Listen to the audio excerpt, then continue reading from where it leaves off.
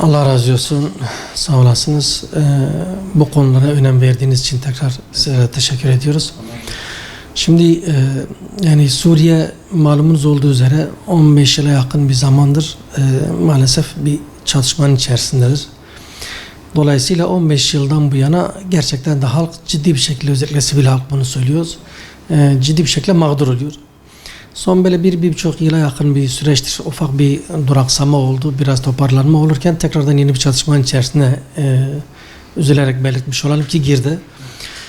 Fakat yani bu çatışmanın içerisine girerken yine sivil halk gerçekten çok ciddi mağdur olmuş. Mesela acizane son Suriye gidişimizde özellikle Şeyh Masud ve Eşrefiye mahalleleri, hani Afrin bölgesi için bunu söylüyoruz, en mağdur olan Şeyh Masud ve Eşrefiye mahalleleriydi. Yani deyim yerindeyse orada yani bir nevi bile kıtlık olmuş. Yani o kadar böyle şey olmuş, yani insanlar mağdur olmuş. Su yok, elektrik yok, efendime söyleyeyim altyapı yok. Yani işte yakacak bir şey yok, ısıtılacak bir şey yok, saracak bir şey, bir battaniye gibi bir şey yok. Yani dolayısıyla insani yaşam malzemelerinin tamamına çok acil bir şekilde ihtiyaçları var. Bizler de Umut Kervanı olarak gidip Şeyh Masud mahallesindeki bu içler acısı durumu gördükten sonra vakıf merkezimizle yaptığımız istişarelerde acil yardım çağrısında bulunduk. Oraya acil müdahale edilmesi gerekiyor. Oradaki sivil halka acil insani yardımın ulaştırılması gerekiyor. Yani bu sebepten dolayı şu anda Türkiye geneli böyle hızlı bir çalışmanın içerisine girmişiz. İnşallah şu an bizim orada belli bir kısım yardımımız, özellikle insani yardım, gıda, un vesaire tür şeyleri Suriye'ye geçmiş durumdadır. Allah kısmet ederse kısa zamanda onlar orada da dağıtılacak. Ve hemen akabinde de Türkiye'den yine bizim her ilimizin belirlediği bazı tırlar var. En az yine yani bir 10 tıra yakın bir tır inşallah o da yola çıkacak. Fakat yeterli midir? Değildir. Şimdi sadece Şeyh Masud ve Eşrefiye mahallelerinde toplam yaşayan insan sayısı 250-300 bin civarındadır.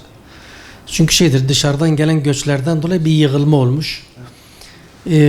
Dolayısıyla yani 300 bin nüfusun olduğu bir yer bugün bizim büyük bir ilçemiz demektir. Yani 300 bin nüfus, 2 mahalle ama böyle büyüktür yani. Dolayısıyla bu sadece 2 mahallenin mağduriyetini göz önünde bulunduruyoruz. Bunu söylüyoruz ama örneğin mesela Haseki'dir, Rakka'dır, Kamışlo'dur, Kobani'dir, Afrin'dir.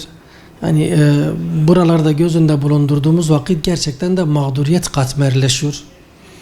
Yani dolayısıyla Umut Kervanı olarak oradaki mazlum halka yani yardım elimizin uzatılması gerekiyor. Sizin vesilenizle biz tekrar bir hayırseverlerimize, duyarlı vatandaşlarımıza olan bir çağrımız olsun. Elinizi taşın altına koyun. Yani empati yapmak çok önemli. Allah kimseyi düşürmesin. Fakat şu anda oradaki sivil halk düşmüş. Dolayısıyla onlara uzanacak bir umut elini beklemektedirler. Bizler de Umut Kervanı olarak inşallah elimizi taşın altına koyuyoruz. Gerekse gövdemizi taşın altına koyuyoruz. Ve oradaki kardeşlerimizi sahipsiz bırakmayacağız inşallah. Onlara yardımcı olmaya çalışacağız Allah'ın izniyle.